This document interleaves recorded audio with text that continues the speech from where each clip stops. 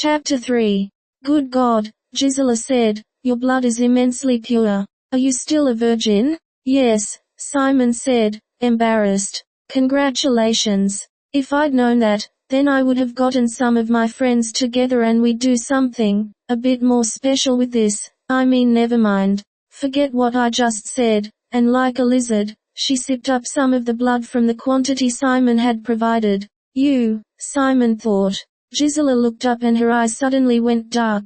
Her pupils turned into ovular slits, like a cat, then back again to normal. What do you want to get out of this again? I want Margaret. I want her to break up with her man and go for me. I want to be with her forever. She waved her hand, dropping white dust onto the floor. And just like that, a ring of fire emerged in the living room. The fire was not started by any human hands nor kindling, but summoned. It erupted of its own over a star shape that she had made with black chalk.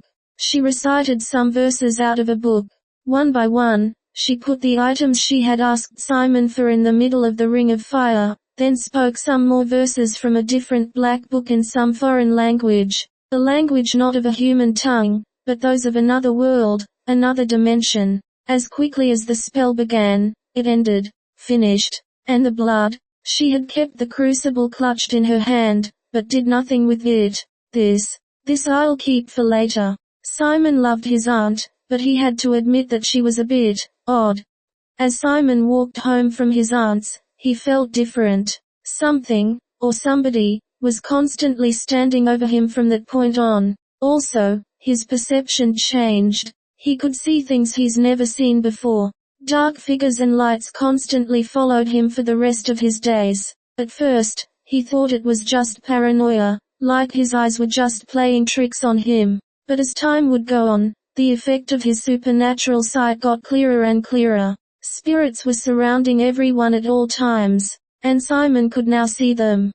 Simon, where were you all day? Just walked around town, Mum. Did you find a job yet? Not yet, but why not?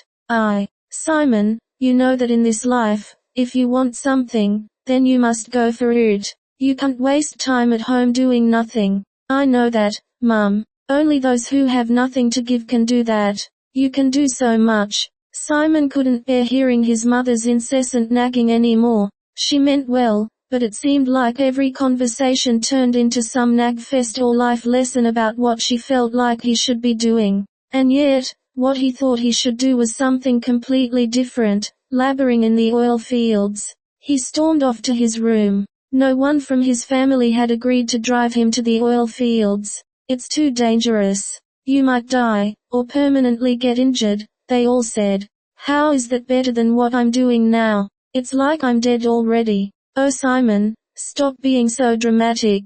You have your whole life ahead of you. Too bad, being oppressed by your own family, he thought. He laid in his bed, trying to think about his next move, when suddenly, he found himself in another dimension as he drifted into a deep sleep. In his dream, the silence of the night turned into screams of terror. I'm going to kill you, shrieked a skeleton figure draped in red. It carried a scythe in its hand, like the figure his aunt said was her lord. For the rest of the night, he saw himself burning in a dark chasm. On top of that, a giant clown laughed at him from a distance. Every time the clown laughed, it launched a tennis ball-sized meteor from his mouth directly at Simon. All he could feel was pain. This continued during the dream's entirety. Every time he tried to move, his legs seemed bound, as if in chains. Adding to this was the fact he hated clowns more than any other thing. God, please don't send me to hell. Simon woke up drenched in sweat. He did the sign of the cross over himself 3 times, almost involuntarily, and ran out of the house to the front yard, gasping for fresh air. It was still night, and thus very dark outside. Looking around, he decided to run straight over to his aunt's house. I need to undo this spell. Simon didn't want to be sent to the place of his deepest fear, where the giant clown laughs and meteors shot forth from its mouth. His version of actual hell. Something had changed within him from one day to the next. The spirit of death seemed to have dropped into the deepest parts of his weary young soul, and he knew it was all because of that stupid spell. Auntie, Simon yelled, knocking on her door loudly. We have to break this spell. Something was odd about that night, however. There were extra cars in her driveway, ones he had never seen before, and no one came to the door. Simon thought his aunt was a woman that never went out much, nor had very many friends. But on this night in specific, he found out that she wasn't at all who she made herself out to be. He could smell a campfire and went around to the side of the house, where he witnessed smoke billowing up from the backyard. Looking over bushes that kept the back lawn from being seen at the front of the house, he witnessed a terrible sight. His aunt, in a white hooded robe, was with 3 other people, also in different colored robes. In the fire pit, a tall person stood hooded in red. Though he couldn't see who it was, Simon already knew. He had just seen Santa Muerte in his dream, and now she was standing before him. Santa Muerte, you hold our lives in your hand, they chanted in unison. Take the blood of sacrifice from this young life as your own, and may you always be blessed. Pouring the crucible of blood into the fire, Laflaka began laughing. Oh my God, Simon said, fainting back onto the grass. His nightmare was turning into reality.